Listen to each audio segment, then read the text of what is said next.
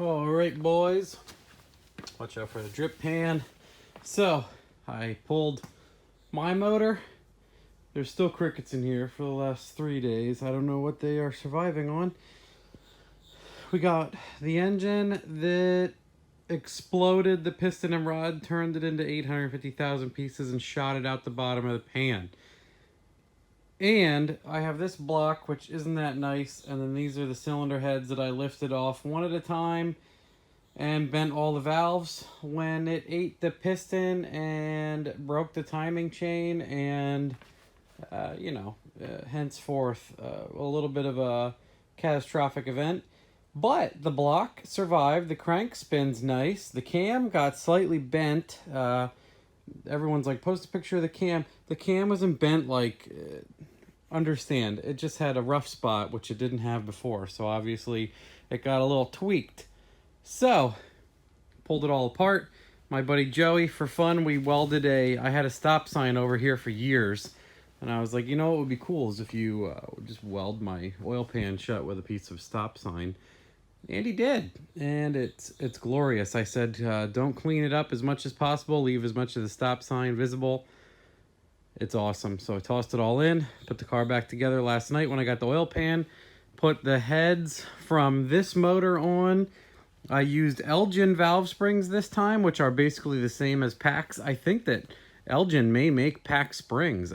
They look so similar. Elgin makes pretty much everything for every other manufacturer, so it would make sense that they make PAX springs.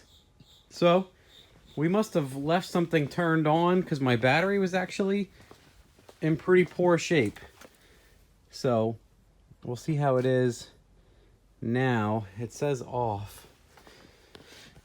I ran it on the little trickler.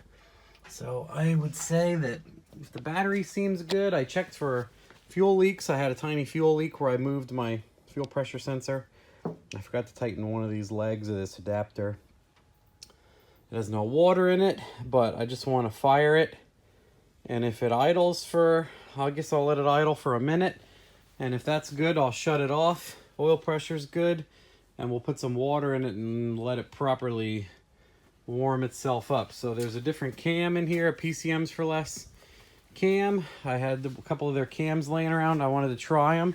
So I got that in, Elgin springs. The block that ate the rod and piston completely. Heads from the other motor.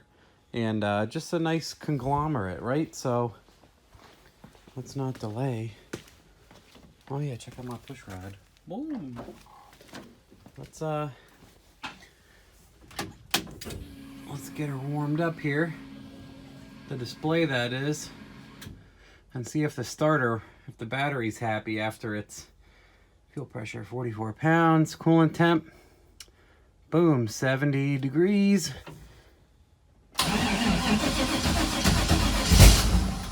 Oh, she wants to go.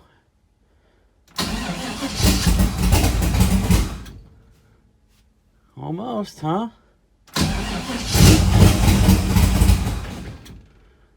What do I put all the same spark plugs back in, or something. I'm not happy or what? Anyway.